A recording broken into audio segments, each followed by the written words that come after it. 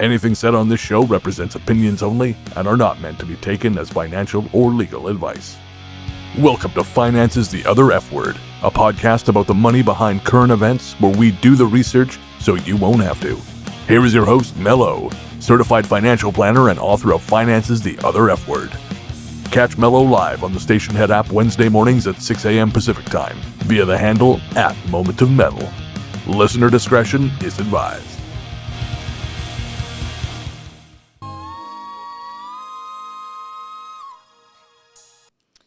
Good morning, guys. So that was DJ Quick, Summer Breeze, and that was off of the album Safe and Sound that came out. Let's see, I was living with my my first roommate still at the time. So it was like 94-ish is when Safe and Sound came out. And for those of you who have ever listened to White Girl Old School, I love DJ Quick. I got the pleasure of meeting him. If you're friends with me on Facebook, there's a picture of a Mel in her 30s, late 30s, and meeting DJ Quick, and I'm all like, and super excited. And he has 2 jazz numbers on that CD, and that is one of them. The other one is an instrumental, and it's a hidden track. It's fucking fantastic.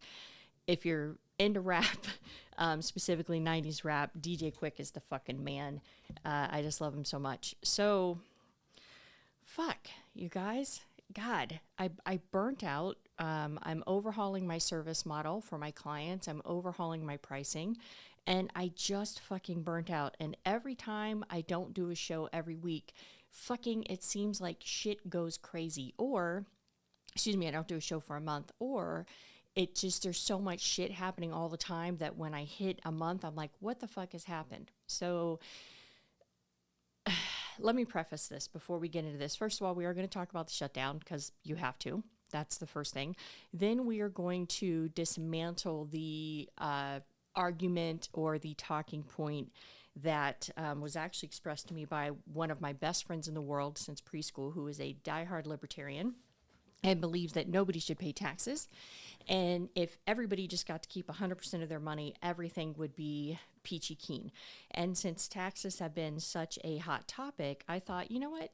Let's see if that has merit. Let's explore that talking point, because what I found with myself, and you might find this in your day-to-day life as well, is that there's certain things that you believe, like you might find yourself, not me, of course, but you might find yourself saying, man, if the president would just drop dead, then maybe everything would be better, or everything would be better. But would it be better? I mean, we don't know, right? Because you don't know what's on the other side of history in any given event. Just like talking in absolutes about, if we just didn't have to pay taxes, then, we would be just fine. And I have to preface something real quick. I try very, very, very hard to be neutral on my show. I really do. And the thing is that there's a lot of stuff that the data has shown me that I have not presented, or I have glossed over with the fear of sounding too political. And at the beginning of the year, I did a whole series on the Constitution, which, by the way, was amazing. And I don't mean that amazing like because it was mine. I mean amazing because it was the first time I had ever dug into the Constitution, and it really kiboshed what's in there and what's not in there.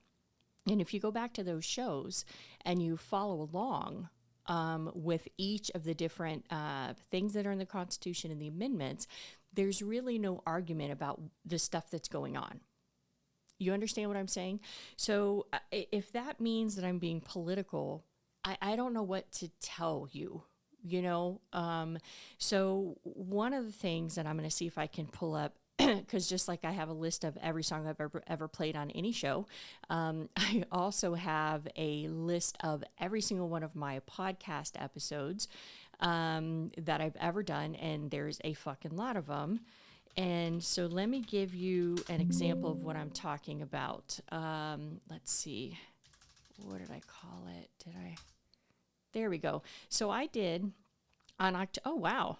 October 5th of 2022, I released episode 388 in season 7 called Gerrymandering. And in that episode, I went into a deep dive of gerrymandering and how it's worked and how it wasn't a worked. Yeah, it's still early, you guys. How it didn't work. But one of the things that my dad uncovered, and I'm using this as an example to try to prove a point to my listeners of Finances, the other F word, and, the people who join me bright and early on a Wednesday, is the fact that historically speaking, Republicans have gerrymandered more than Democrats.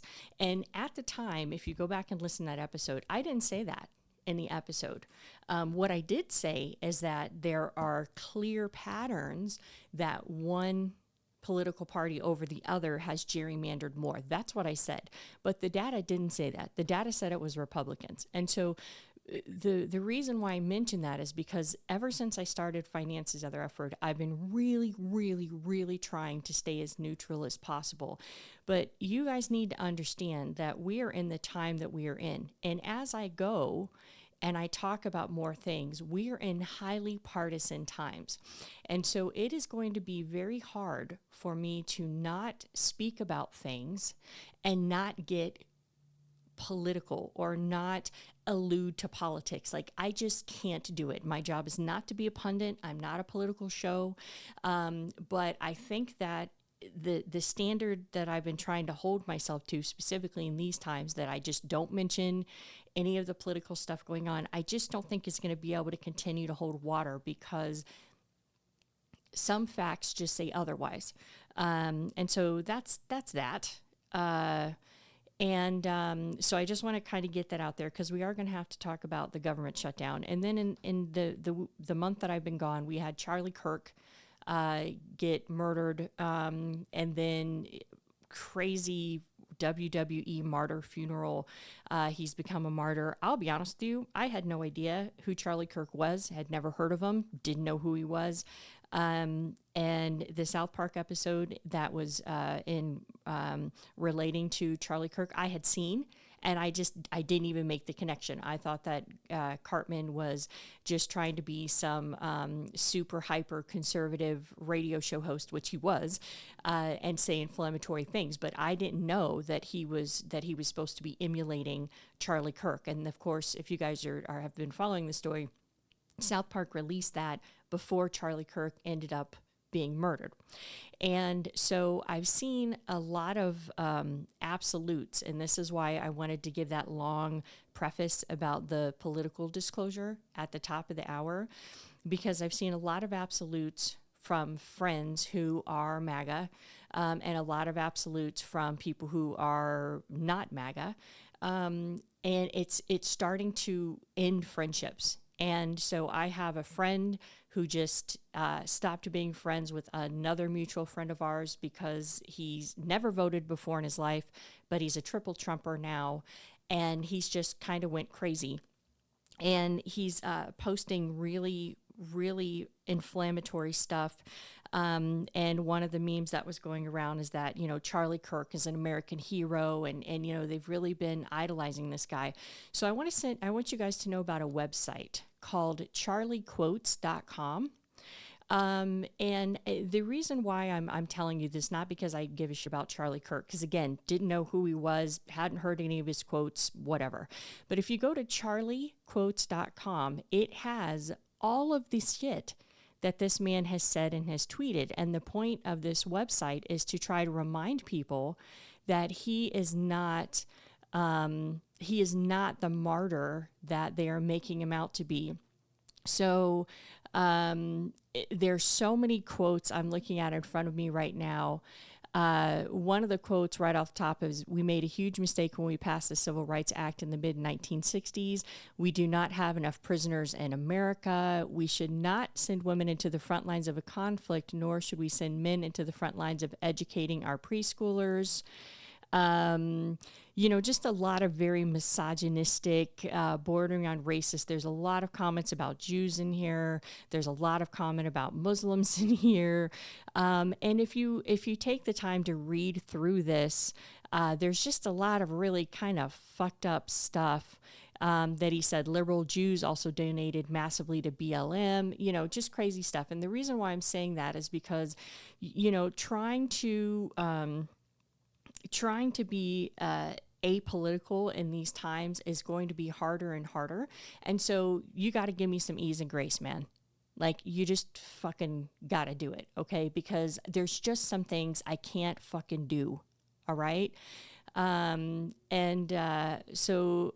Gramufa Bits, so it looks like your brother's MAGA and you guys no longer talk. I do not talk to my father anymore. I can't. I talk to him on my birthday, and I talk to him on his birthday, and that is it. I've tried to have conversations with about him about, hey, as a woman, there's a lot of stuff that's going on that's impeding on my rights, and you're supporting it openly, and that's making me feel like you don't give a shit about me. And basically, he's just like, want MAGA, and so I'm like, okay, I love you, but I can't. It hurts my heart. I can't. What's up, X? Good morning. So anyway, on to what we're talking about today. And so that whole long prelude or preface, I'm not really sure what the exact connotation of the word is in this context. If somebody wants to drop grammar in there and educate me, that would be great. But I want you to understand that I'm fucking trying. I'm trying. Okay? All right. So, fucking government shutdown. You guys, my God. Okay, so first of all, I do want to point out that under both political parties, we constantly have government shutdowns. Okay, so this is not something that's Republican. This is not something that's Democrat. It could be over various reasons, not coming to an extension of funding, which is what just happened. Today is the first day of the government shutdown of 2025.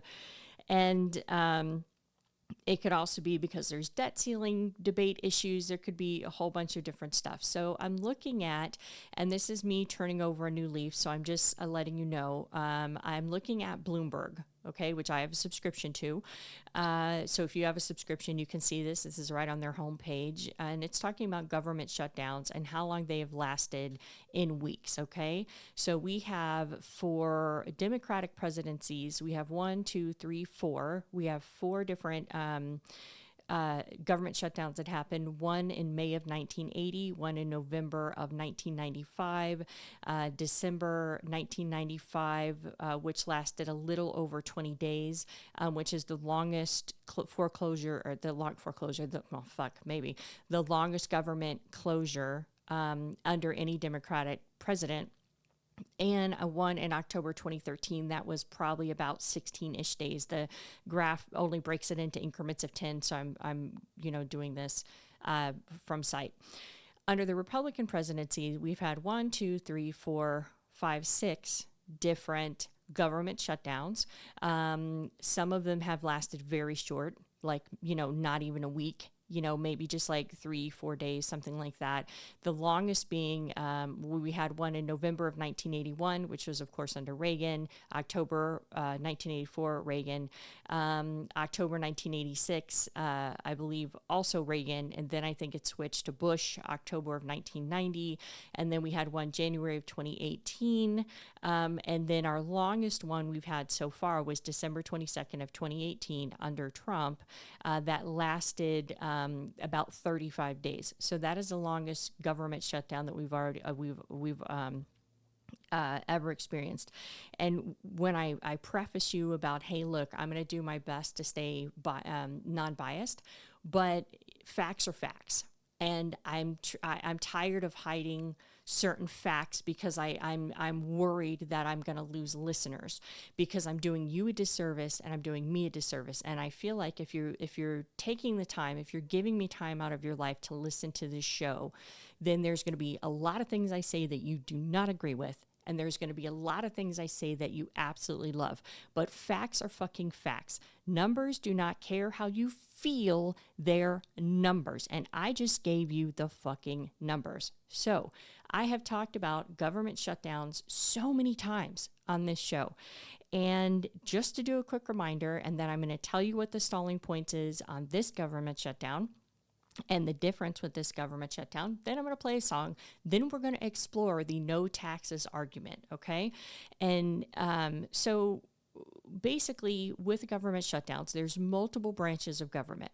And a government shutdown does not mean that the entire government shuts down. What it means is that they cannot come to an agreement on funding, and the fiscal year for the government ends in the end of September, September 30th.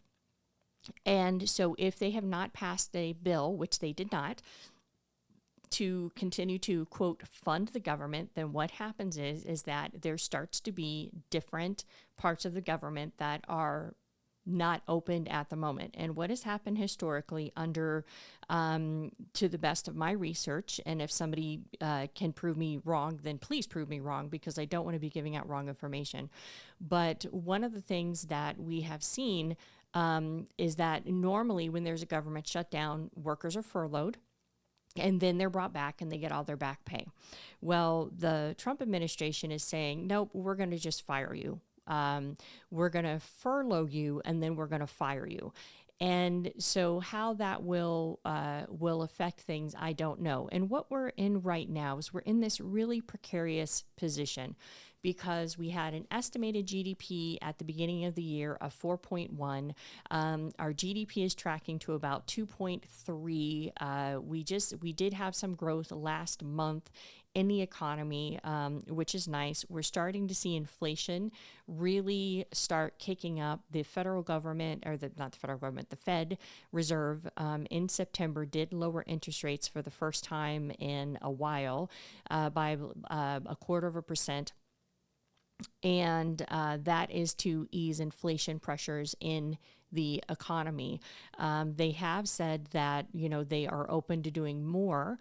We have the tariffs that were implemented at the very end and very beginning of first quarter, rolling through the economy. I've explained to you guys how money moves through an economy. I've explained to you guys multiple times how tariffs are not felt immediately, how companies buy ahead of the tariffs, so they stock up on their inventory. So the consumers, the 99%, we don't feel it until, 2 quarters later. Those are starting to roll in. We had the implementation of universal tariffs on August 1st, which I've alluded to, the Smoot-Hawley Act that happened during the Great Depression under Hoover, which was also universal tariffs. However, the universal tariffs were 60%.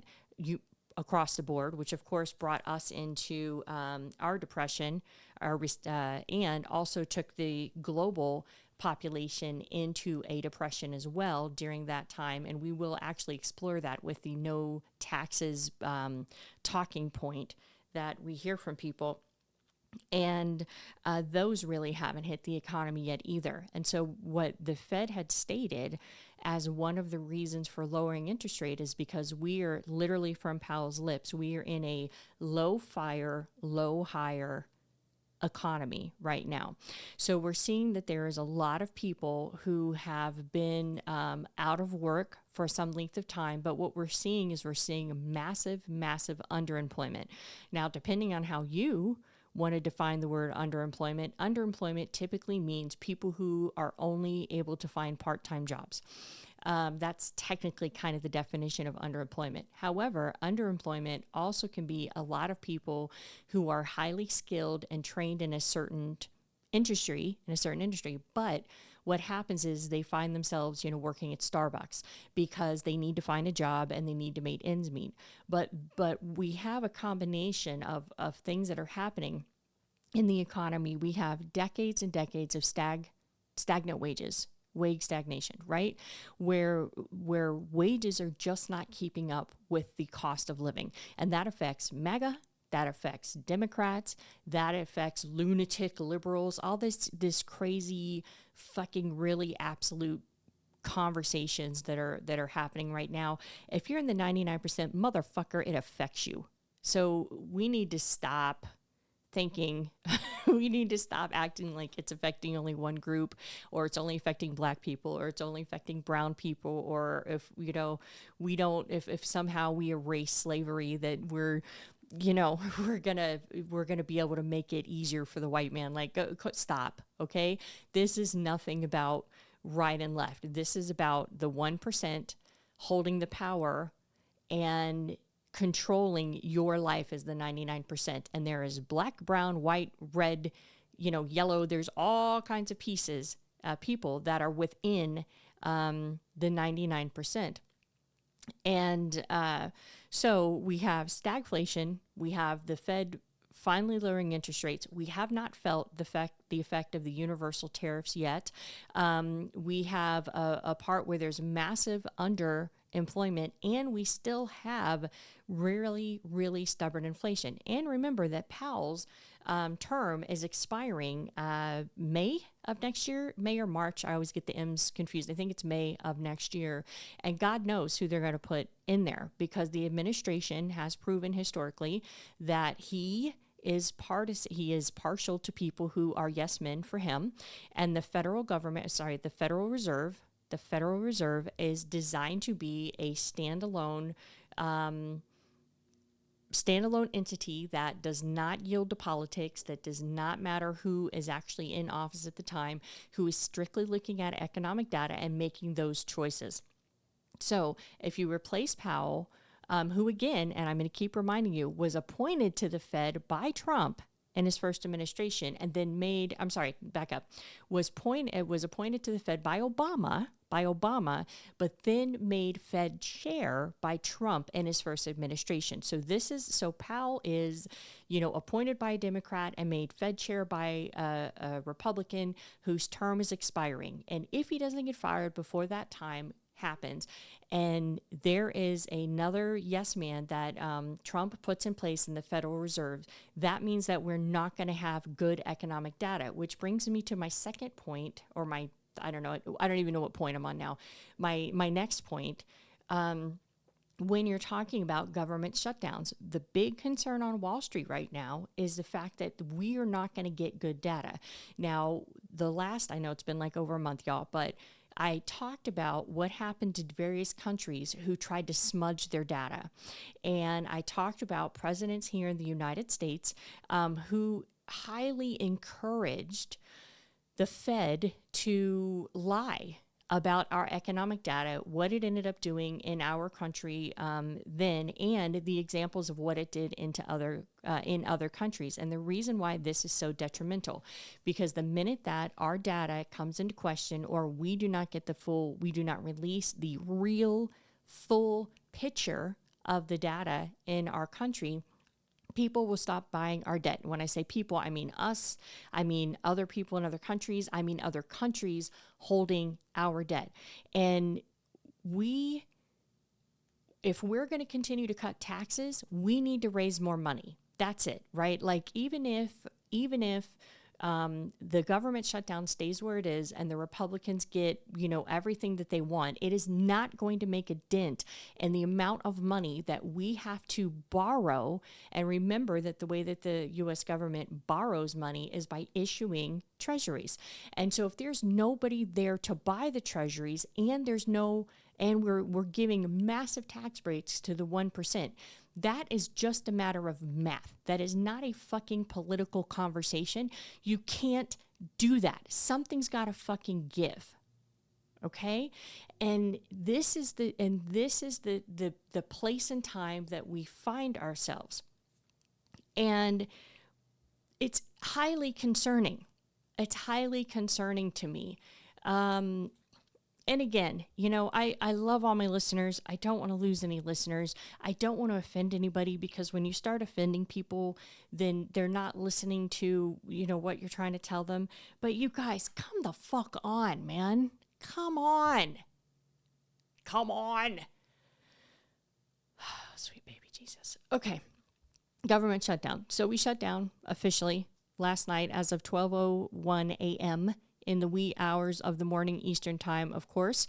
The Republicans had passed a short-term funding extension in the House through November 21st without any of the policy changes that Democrats wanted, and Democrats said no, which, I would like to see. No, I'm not going to do that. I'm not going to do it. I'm not going to say it. So I'm going to keep talking. So Republican, the Senate, who is older Their age demographic is older. They typically tend to be way more conservative than the House. They said, hey, we're going to, no, I'm sorry, I reversed that. In the House, they passed it, and it went to the Senate, and the Senate kiboshed it. And so we are now in a partial government shutdown. So far, as of yesterday's, the S&P futures have seemed unbothered at this time about the government shutdown. We will see how long this one lasts. This one's going to be different, though, because if the Trump administration has its way, when people leave, they will be fired, and they will not be coming back, which will has a ripple effect. Yes, it's obviously going to increase unemployment, hopefully temporarily. But it also will affect retirement down the road for people who tend to have government jobs so that they can, have a good pension in retirement. And if they lose that job and they have to move into the private sector, we know that the private sector is just not good at providing for their employees for retirement. I've covered that a million times. I'm sure I'll recover it again.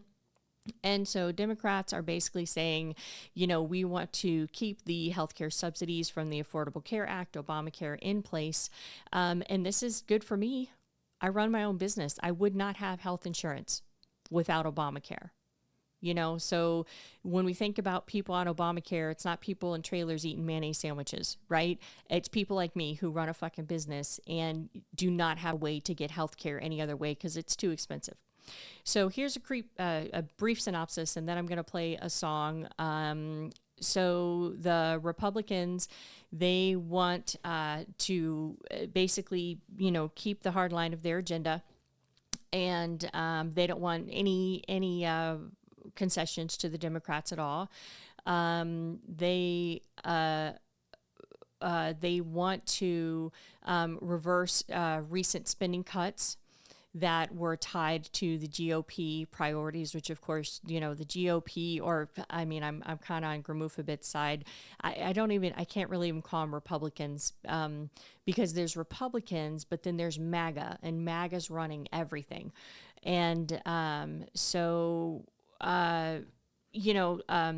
different policy writers. I didn't get too much into this because I've covered government shutdowns so much before, you know what I mean? And some Republicans are trying to hint that they might soften their position to open the door for Democrats. But we'll have to see how this plays out. So again, the Democrats, they want, an extension of the healthcare subsidies for the Affordable Care Act, which is the tax credits, which how Obamacare works is that there's a subsidy. I'm on Obamacare. I pay every month for my health insurance. And as I make more money, my credit from the government goes down. And so they pick up a portion of my health care expenses. And I am, knock on wood, a very healthy person. And so, they are I'm not too much of a cost suck on Obamacare. And I'd like to keep my health insurance, you guys. And you know what, if that makes me sound selfish, well, fuck you. I mean, I don't know what you want me to tell you. I would like to not die, I mean, there you are. I don't want you to die either, bro and gal. I don't want you guys to die either. Democrats oppose leaving cuts in place that will continue to, in their view, damage safety nets. So we've talked about how welfare and Medicaid, same thing, has been cut. Has been conversations about cuts to Medicare, but of course they won't do that because the boomers are still the largest voting base, and both political parties are shaking in their shoes still over, upsetting the biggest voting base. But that's changing. I mean, just through attrition, boomers are dying out. They want to try to get some of the cuts back, and they will support an extension as long as those things are met. And of course, they're kind of digging their heels in saying, hey, we're just not going to do this anymore.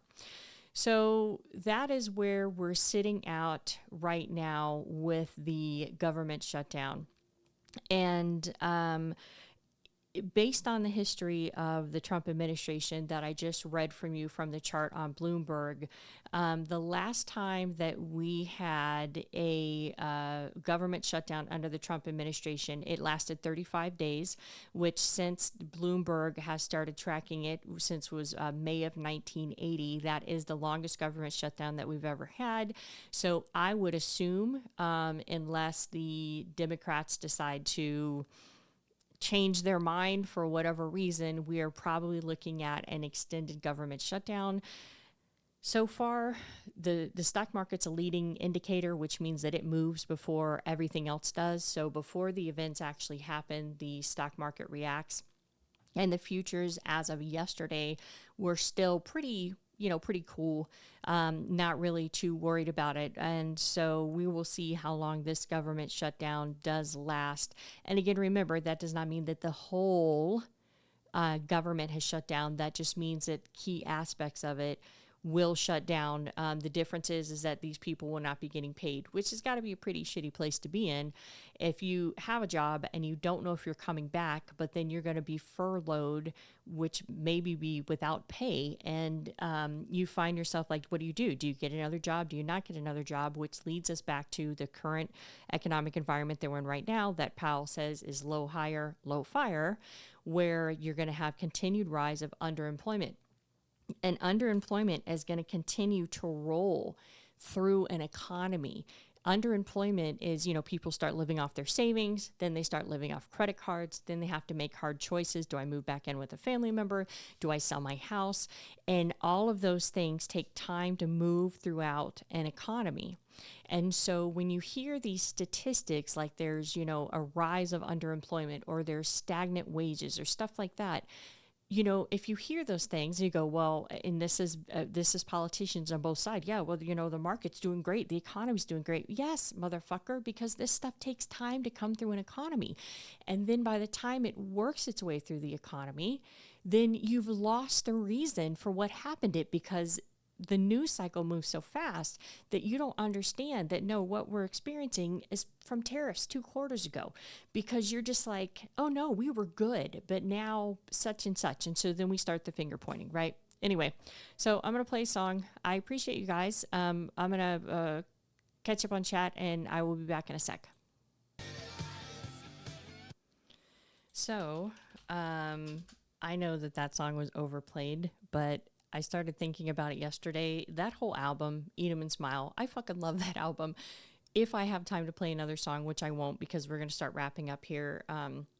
But that whole album, I have another song off that album I wanted to play. It's a great fucking album. But the reason why I thought about that song was because there's a time in the video of, Yankee Rose where Dave, of course, is wearing this weird bodysuit thong G-string bodysuit with these, I don't know if they're tights or leggings. I don't really know what they are, but they're kind of striped. And so he takes and he shakes his ass right into the camera lens. And you see this like this thong, like tight thong, you guys. Like for my ladies out there, you know what the fuck I'm talking about, right? Like you've had a thong that has just went into the nether regions and you're like, okay, I know I'm wearing a thong, but this is uncomfortable as fuck, right? Like you got to go in there and dig for gold because it is up there, and it is so tight up in his ass cheeks.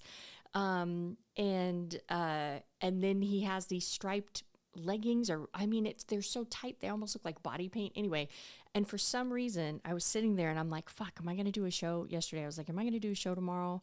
I really need to decide if I'm going to actually do it, because I'm coming off burnout. And my business, overhauling it. And then I was like, yeah, I'm going to do it. And for some reason that scene shot in my head. And so there you go. Yankee Rose, watch the video. You'll see the exact point I'm talking about.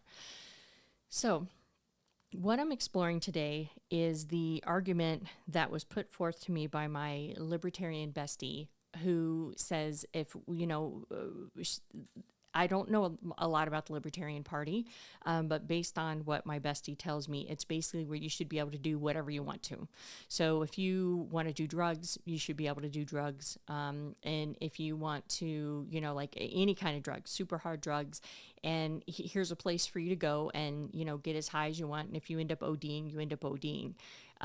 because that's your freedom of choice and you should, be able to do it. However, I told her and I pointed out to her, I was like, all the rights that are being trampled right now, libertarians are awfully quiet.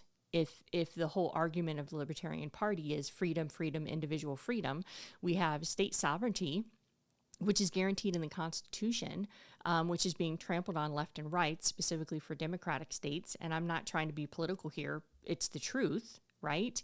They're not sending in troops to the red states. And yes, you can argue that, sanctuary cities and that kind of stuff. And I get that. But my point is that 50 states are either sovereign or they're not. And according to the Constitution, they are. They're supposed to be sovereign. So it's really not a conversation to be had. Either you believe in the Constitution or you don't believe in the Constitution.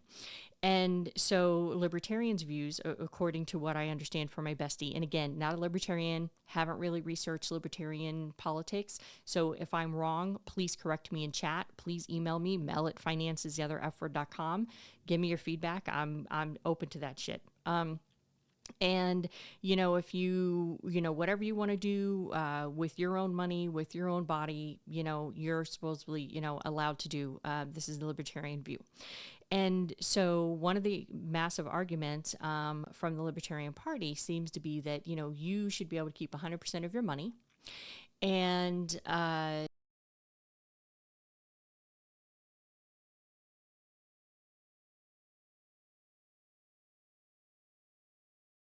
a libertarian argument. This is not necessarily an economic argument, which we're going to find out here in a moment. And so, you should be able to keep 100% of your money. And, therefore, if you work harder and you earn more money, then you should be able to keep it. But we know, due to the systemic racism within our financial system, that there's a lot of people that work hard that don't get paid anything. So if working hard was a true measurement, I know everyone listening to me thinks they deserve a raise. And you probably do, okay? Because you work hard too. So that argument doesn't really hold water. But I want to explore if nobody paid taxes, we'd be so much better off. Okay, well, first of all, let's just look at the obvious. If they came out and they said that nobody's going to pay taxes, we would have collapse, right? We would have government funding collapse. I've explained to you guys... what, can you not hear me? Can everybody hear me? Okay, wait a minute. Ed just put silence in there, and so I want to make sure that I'm not talking to myself. I'm going to wait here until somebody puts in chat that they can hear me. Okay, now I'm back.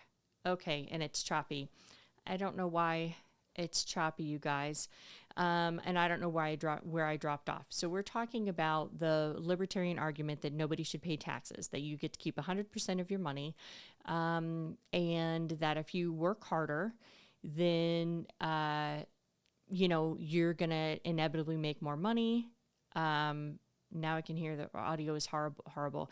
That's going to suck because I'm recording this for Finances the Other F Word podcast. So I really hope that the audio doesn't get fucked up. And if that happens, Finances the Other F Word, I apologize. So no, I'm just going to start again briefly because I don't know what you guys heard and didn't hear. Libertarians, no tax argument. You get to keep 100% of your money. If you, if you work harder, you're going to make more money and you're going to be able to keep all of it. And, and that will somehow encourage people to, work harder. But like I said, that when we're talking about that, you're under the assumption that people who don't make a lot of money don't work hard, which doesn't make any sense.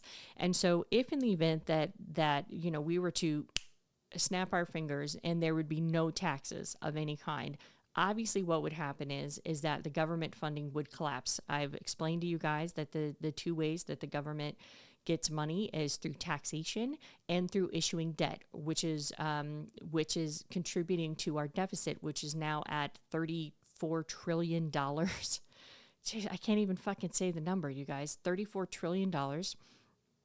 And so if that leaves, the only way for us to get money into our economic system, or the federal government, would be by raising debt. I mean, that would obviously be a huge deal. We would have no money for defense, Social Security, Medicare, education, or infrastructure. Okay.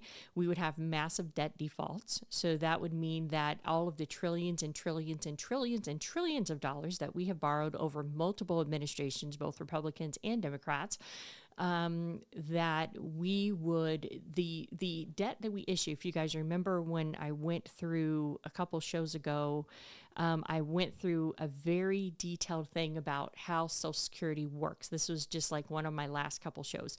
And the thing is that when we're issuing debt, meaning that we're issuing treasury bonds for people to buy from us to give us money, when we're issuing debt to do that, we're doing it under the assumption that we're going to have future tax revenues coming in. And this is why, giving a tax break to the wealthiest Americans is so detrimental to an economic system like ours. And if in the event that we don't have more taxes coming in, then what happens is that we have a collapse of the U.S. treasuries, and then we have global financial chaos, because as of right now, which we are fast approaching when we are coming off the global currency, the U.S. dollar is the world currency. And we're coming fast to not having that be anymore, which means that all of the privileges and cheap borrowing that we've experienced over all of this time, because we have been the world currency, is going to come to a halt eventually. And maybe it will be a combined basket of currencies. Maybe it will be China. Maybe it will be, we don't know. But the point is that we can't carry as much debt as we're carrying and still expect to hold AAA ratings, which we no longer do on our debt, and expect there to be no ramifications. And so if in the event that the U.S. decided that it was not going to collect taxes, that means that the dollar drops. That means that the global currency is the dollar. And when I talked to you guys on the last episodes that I did, and I talked to you about how tariffs worked, and I told you that when we export things out, people are, reverse that. When we import things in, so our trade deficit, just want to remind you real quick, and I'm not trying to get off topic, but all this is connected. I want you to follow me, right? A trade surplus is where we export more things out than we bring in, okay? A trade deficit is where we import more things than we send out. Okay, that's so trade deficit, trade surplus, that's the key difference. So the deal is that if we are bringing in more things into the country, yes, we don't want to have a massive trade deficit. We would like to make more things here under the assumption that we can do it cheaper, under the assumption that we can pay the workers what their cost of living wage is in here in the United States. All of that factors we're not going to talk about. I've already talked about before. But one of the things that means is that if you're exporting things from, why can't I think of Spain? I don't know. It's just the first country I thought of, Spain, right? We're paying Spain for those goods in dollars, in American dollars, which then now Spain has American dollars to spend. And what that helps to do is that helps to continue to keep our U.S. dollar strong and relevant in the global economy. So if we stop paying taxes and there is a collapse in the U.S. dollar, that is a detrimental crisis globally. And as I told you about at the top of the hour, and the Great Depression, Hoover in 1930, if my memory serves me, 1930 passed the Smoot-Hawley Act with universal tariffs of 60%, and that crippled the global economy. It took us into a depression, the Great Depression, and it also took the global economy into a depression as well. So there's a lot of depressions that were happening during that exact time frame, not just what was going on in the United States. So even then, when we weren't as reliant on a global economy, we had a really shit way. Now, if we have a global crisis, it's going to be really bad. And we saw that in 2008, which I'm going to touch on here in a second for a different reason. So what would happen is that if in the event that the government stopped taking in taxes, a lot of the things that they do, healthcare, security, education, would cease to exist. And that means that private, and I'm saying private in air quotes because I'm going to tell you from country case studies that had the same thing happened. It wasn't private industries that stepped in. It was militia and warlords and criminals who stepped in to fill the vacuum to take care of these of all of these services that government did provide when we paid taxes. The ultra wealthy, of course, would make out hand and fist fine because they already have private services. Everybody that's a politician in Congress, they have their own healthcare system. They don't deal with the same bullshit we deal with trying to go through the American healthcare system. So they're going to be unaffected. They could give three fucking shits less. And so the ultra wealthy is going to win. The 99%, which is the 99% of us, lose protection, safety nets, and services. And then, of course, I would say, widening inequality, of course. But when we're talking about income inequality in this aspect, not specifically DEI, just as far as like inequality between the haves and the have-nots. And then, like I said, we would see the price of the consequences of that happening in the U.S. dollar, specifically as the global reserve currency.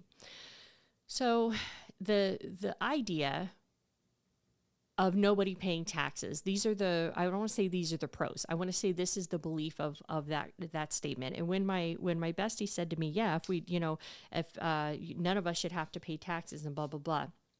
And that got me thinking, the stuff that we say to ourselves over and over again, that then it picks up credibility, even though it's just a statement. It would be like me saying, man, I think my life would be much better if I would have, Jason Momoa give me a foot rub every morning when I wake up, and other stuff. You know what I'm saying?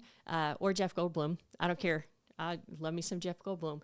I'll take 80s Jeff Goldblum. But, and if he just did that, my life would be so much better. My life would be so much better. And that sounds stupid, right? That sounds ridiculous. Okay. But if you keep saying it enough, and we've seen this with politicians, if you keep saying something that is utterly ridiculous enough times, people just start believing it because they keep saying it. And it made me realize how dangerous the things we say are, that we repeatedly say over and over again, which brought me to the Charlie Kirk thing, which brought me to the website charliequotes.com. And, martyring somebody about them just being this really Christian, and you guys know how I feel about that. I fucking hate that shit, this really Christian guy. And if you read the stuff he says, that is not out of the Bible. I don't know what the fuck he's talking about, but it is not Christian. So please do not put me in that fucking motherfucker's crazy ass section, because he can fuck right off with the crazy stuff that he said. So we have the arguments would be like, oh, okay, well, if we stop paying taxes to the government, we get to keep all of our money, and then the private sector is going to step in, or voluntarily, just communities are going to get together, and they're going to be able to provide these services for their neighborhoods, like security, roads, and schools. But that's bullshit in a pipe dream, because only the wealthy can do that. Only the wealthy is going to be able to live in neighborhoods that are, security guard patrolled, or are, fenced in with a guarded gate. I mean, most of us are not going to be able to do that. There's the argument that with no taxes, everybody keeps all of their earnings, meaning that more people can spend more, and that's going to end up creating more investments and create up more job creation and innovation. Okay. But without any type of regulation, which is what the government does, even though they've been doing a piss poor job of it lately, with the monopolies that have been forming. And this is under both administrations. This is not a Republican thing. This is Republicans and Democrats. They've done a piss poor job of fighting monopolies lately. Without that, monopolies happen, right? If you don't have any regulation, and this is what happened when we saw Standard Oil, right? This is why they broke up Standard Oil back in the day, and they made it into all of these different companies, and that was under Rockefeller. That was the very first time that the government stepped in and said, hey, motherfucker, this is ridiculous. You're too rich. You have a monopoly over too much stuff. We're going to break up the companies, which ended up inadvertently making him richer, because as they broke up Standard Oil and they made it into other gas companies, he got stocks in all of those companies. And then, of course, all those companies became the companies they are today. So he actually ended up getting richer from it, right? No good deed goes unpunished. the argument is that government is inefficient, which it is. I'm not going to argue with there. And if we did not pay taxes into a bloated, inefficient system, then we would be able to cut wasteful spending and make a leaner market that's more solution oriented. Okay. But what we're talking about then is we're talking about unprofitable. And one of the things I talked about in my private equity episode, I talked a lot about how private equity has stepped in. They own HOAs. They own a lot of the standalone emergency rooms that end up charging, I think the stat was over 30 or 35% higher than what a standard ER does. That is a result of making things that are considered unprofitable would be like closing rural hospitals, which we've seen because a lot of private equity's taken them over. They've closed them and fire sold them. And so when we're talking about that getting leaner, what we're really talking about is making something, closing something that's considered unprofitable. Well, a lot of the stuff is not designed to be profitable. It's disaster response. It's public health. It's social safety nets. Like the goal of that is not to be profitable. The goal of that is to fucking help your people who are citizens of your country. You see what I'm saying? And then, of course, you could argue that, okay, if we don't pay taxes, then we can just go based on fees and we can go based on tariffs and, different places like different things like that. And we're going to explore some countries that do that here in 1 second. And that is the argument for why we should have no taxation, kind of in a nutshell. I'm going to play a quick song because I want to, and then when I come back, I'm wrapping this up. So we're going to explore some countries that have done exactly this, where they have either ended up doing very little taxes or they have ended up doing a different fee structure to see how it turns out. But I want you guys to remember that we are a nation of 330 million-ish people with a national deficit of $34 trillion. And we are so dependent on taxes. And if we continue the trend where we're cutting the taxes for the 1%, and then we have to shift the burden somewhere. And if we can't raise it through capital, we're going to have to put it on the 99%. And we simply do not make enough. Like for every, like on a more effective tax scale, what one person of the 1% could pay would be like the equivalent of like, I want to say a number, but I don't know exactly because I haven't researched it and I don't like to put out facts unless I'm confident in what I say. But you can do the math, right? Just imagine in your head for if one person that belongs to the 1% paid really what they should be paying in an effective tax system, that would cover/compensate for however many people you want to put a number on. I don't even know how I would begin to research that, but that would be something that I would totally want to research. So anyway, this is another song off of Eat 'em and Smile. And then I'm going to come back. We're going to look at some case studies and then I'm going to wrap this up. So that was another song off of Eat 'em and Smile. Great fucking album. It is also the last song I'll be playing today because we're going to look at what has happened when other countries have went to we shouldn't have to pay taxes, whether it was by their choice or not by their choice, and what the actual outcome was, and what the variations were between it. And if you guys hear things like this where like somebody says something and you're like, yeah, in theory that makes a lot of sense. Like, why shouldn't we be able to keep 100% of our money? I would love for you to DM me on Instagram at finances the other F word and let me know, because I'll explore it. I would love to find the pros and cons out of the argument. And now the next time my bestie says that, I'll be like, well, actually, I researched it and this is all the reasons why that's kind of a bullshit way to think. And not in a way that I want to upset my bestie, but it's like, you can't really talk about numbers to a number person if you really don't know your argument, and it's same with me, right? Like, I know that I say a lot of things just out of habit that I have really became to believe them in my brain as absolute truths that really aren't. They're total fucking bullshit. And I look forward to exploring that. And I look forward to exploring yours as well. All of your bullshit beliefs that you have, and maybe they're crazy, maybe they're not crazy. I mean, maybe there really are spiders on you. Who knows, right? Yes, it has, Janners. Welcome in, welcome in. Yeah, so gotta talk talk about Rockefeller and Ohio, which I did not know that that there's a Rockefeller building in Cleveland. I didn't know, but I talk about this all the time on Finances, the Other F Word, and I'm going to keep talking about this forever. The Men Who Built America.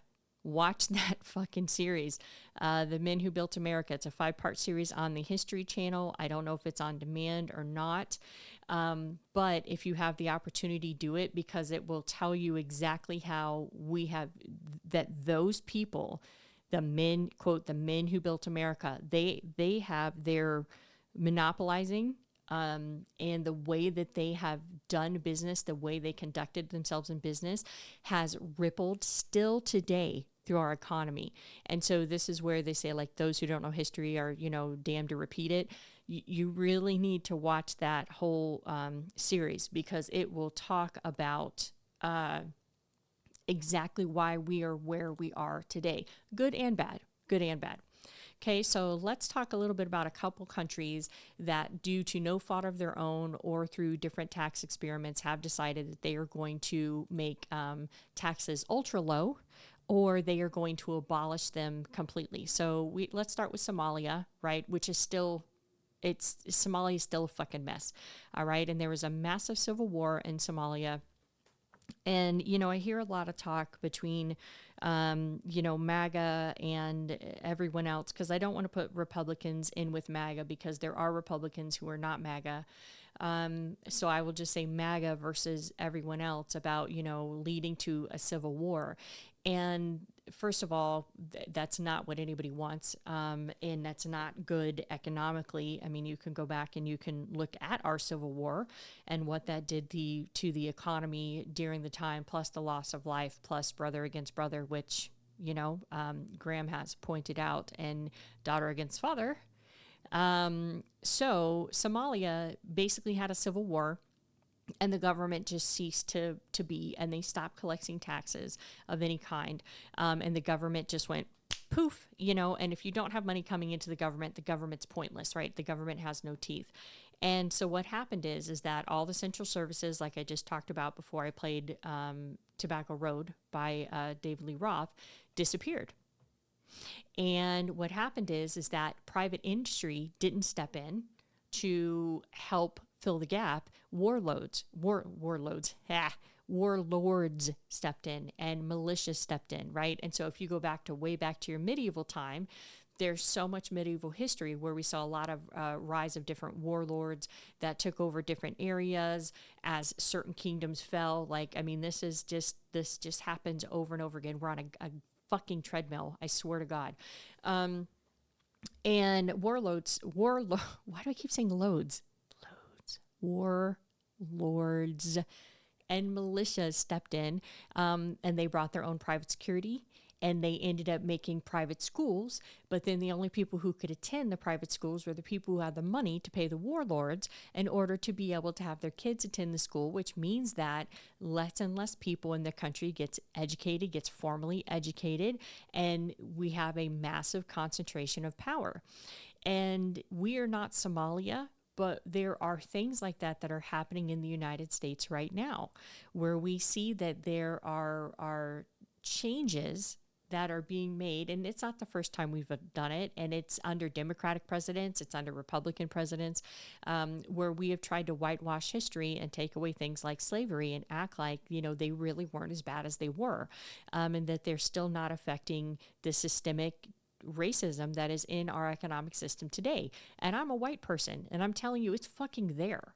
So if you are a white person and you think it's bullshit, do the slightest bit of research. I dare you, because you will find that it is there, and it is alive and kicking. Stay until your love is. Great song, ABC. I love and kicking. Okay. So basically, so that didn't work. Right? So Somalia had civil war, Private equity didn't step in and make it equitable.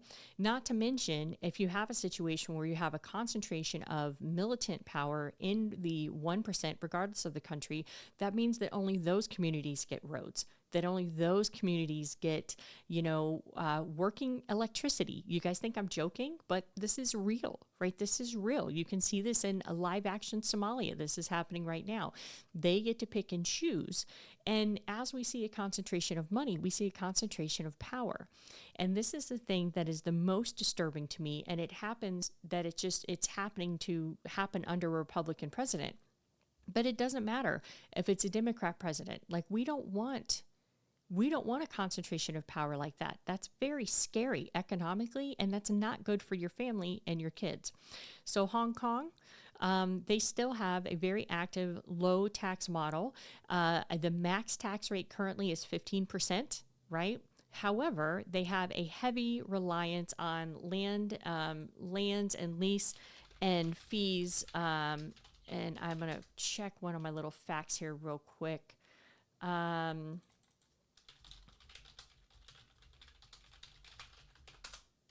on, guys. Sorry. Yep. So, all right. I just wanted to double check that and make sure before I talked about that the 15% tax rate was correct. So their maxed 15% tax rate, and they have a heavy reliance on fees and specifically land leases. And the reason why Hong Kong area, the reason why this works so well is because it is extremely small and it is extremely dense population, and they're right on massive global trade flows. And so we see that they have kind of the best of both worlds. They're tiny, they're heavily populated, and they're near global trade routes. However, the thing is that one of the things I talked about on one of my shows, I don't even know how many shows ago it is now. Everything's blending. I talked about the current real estate market in China. And I talked about how the potential collapse of the Chinese real estate market is going to have ripple effects through the global economy. And I just want to bring this back here because if you have a section or countries that are heavily reliant on land and lease and fees, and then you see that specific market collapse, that's dangerous, right? And then so we see that with the Gulf states, who we're going to talk about now. So Saudi Arabia, United Arab Emirates, Qatar, right? They have very low or no income taxes because it's all funded by their oil. Now, the thing is that what we're seeing that those countries are now trying to move away from being heavily dependent on oil, because if we all decided we were no longer going to drive cars that were gasoline based and there was no demand for oil, these countries would bankrupt overnight because they have no infrastructure in place. And I'm talking about economically. I'm not using that as a political conversation or trying to get you to walk to work. I'm telling you that their economy is built on oil. And if the demand goes away, then it doesn't matter how much oil you're sitting on. Nobody wants your fucking shit. And they do not have a tax system that's in place. And so what happens is that currently right now, citizens get free health care and education, and there's subsidies. And the migrants are the one who pays like the low taxes. But what happens is again, if that economic sector collapses, then they're going to be really fucked in a bad way. Chile. Okay, so Chile, from 1970s to the 1980s, they drastically cut their taxes. And what happened is that there was a short-term growth spike and inflation stabilized. So remember what the argument was for no taxes is the fact that, then everybody gets to keep 100% of their money, which means that everybody's going to spend more money, which means there's going to be more job creation because people are going to have to go to work and make more stuff for more people to consume, et cetera, et cetera. And this is why no taxes is great. But what ended up happening is that inequality exploded, right? Their retirement system collapsed. So again, that would be Social Security in the United States. Inequality, and I'm not talking about race, I'm talking about income inequality, which does toe the line of black and brown people getting hit more so than white people. But I'm talking about primarily income inequality. And then what ended up happening is that we had low taxes, but we had privatization kick in. And privatization is designed to follow the dollar, and they paid less taxes. And of course, they were not designing things to actually help the citizens. They were trying to make a dollar off of the citizens, and the whole fucking thing exploded, right? And the last thing is I'm gonna round you off. Ooh, that sounds sexual. Round you off with this. Let's talk about Greece, because this takes us back to 2008, which takes us back to everything we started talking about at the top of the hour. This is what happened with Greece. So the argument for no taxes affected Greece, and it affected us here in the United States, because what happened in 2008 is obviously we had our Great Recession, okay? And we experienced it first. We started going down. We started going down the third quarter of 2008, and it ended up bottoming in March or April of 2009. That was our stock market, not the economy, because remember, the stock market's a leading indicator. So we bottomed out.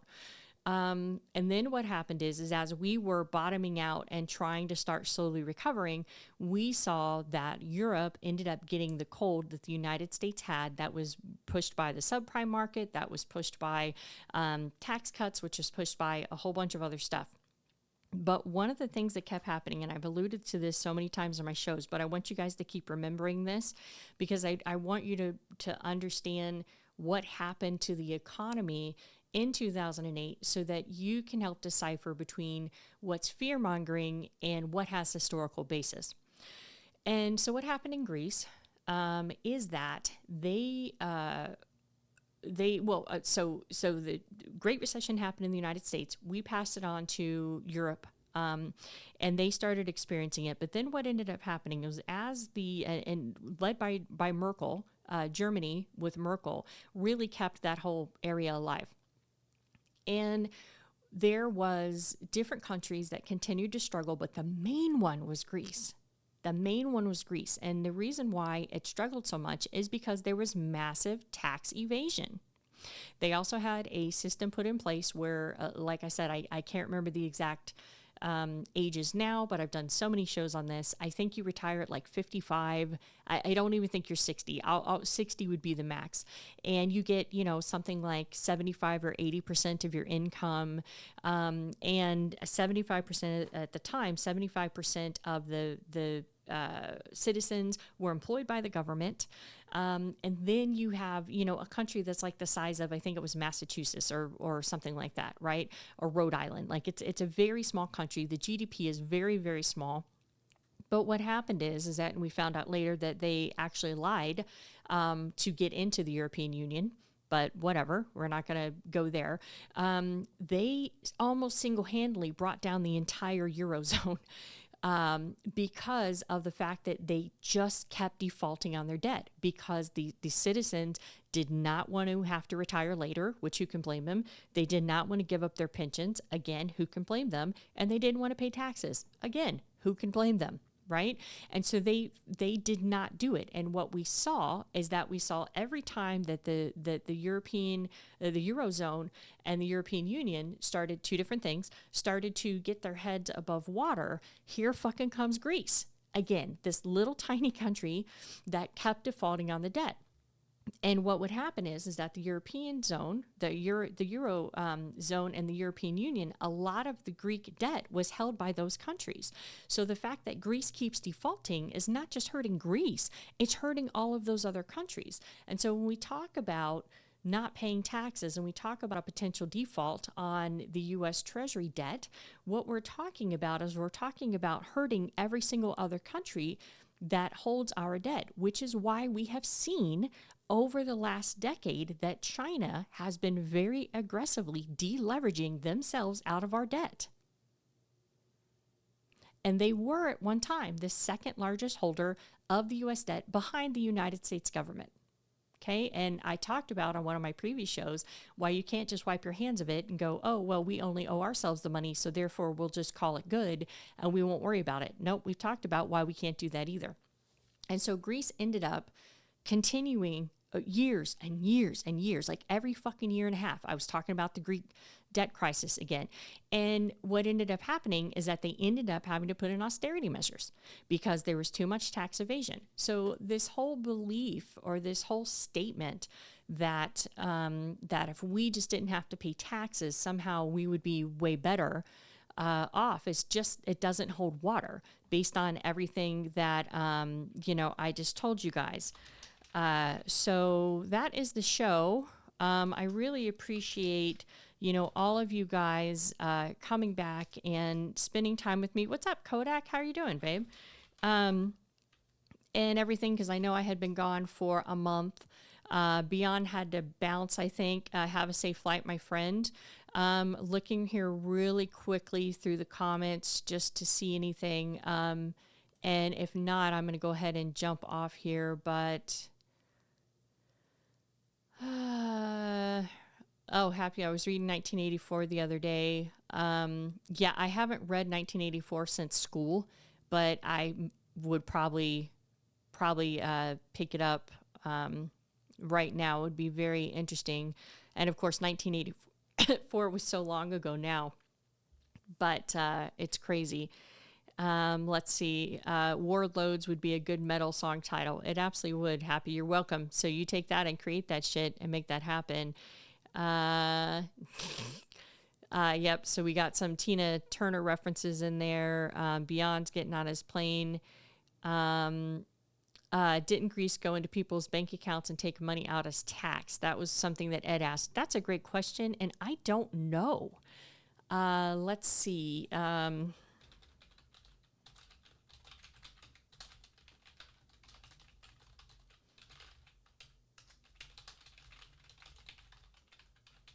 Let's just for shits and giggles, let me see. Okay, I can't find an answer to that, so I cannot confirm or deny that statement. I'm just trying to sit here and do some, quick Googling because I know. Okay, yeah, I can't find anything on that, but that would be interesting to explore. All I know is that the citizens of Greece got pissed and they were angry that austerity measures were put in place, but it was trying to, make sure that they didn't drag us back into another global recession, because that little tiny country almost did that, right? Which sounds crazy for us Americans here that, you would be able to retire at 55 with 80% of your income. Are you fucking kidding me? Do you know how many people would retire fucking today? Like, seriously. So anyway, that's it. That's my show. Thank you for coming back. I know it's been a month. I will be back next week, and I don't know what I'll be talking about. But as you guys hear different statements like, what I covered today, if we just paid no taxes, we'd all be better off. Please send them to me, because I'd love to explore them. Like what Ed presented, like, didn't they go into people's accounts and take taxes? I would love to explore that. What kind of rights would that violate? Can our government do that, right? I mean, because the thing is it's very easy with American exceptionalism for us to tell ourselves it wouldn't happen here. Would it not happen here? Really? Because there's a lot of things that are in the Constitution that have been tossed out recently. So if the Constitution is our guiding document and we're not seeming to follow what the Constitution says, then really could it not happen here? I don't think so. You know what I'm saying? So I will be back Wednesday at 6 a.m. Pacific time. Appreciate you guys for hanging out with me. And with that, station head in finance is the other F word. Sorry if the audio got wonky in the middle of that. I will try to edit it out, or you might just listen to it, and my apologies. I am out this bitch. Thanks for listening. Please like, review, and subscribe wherever you get your podcasts.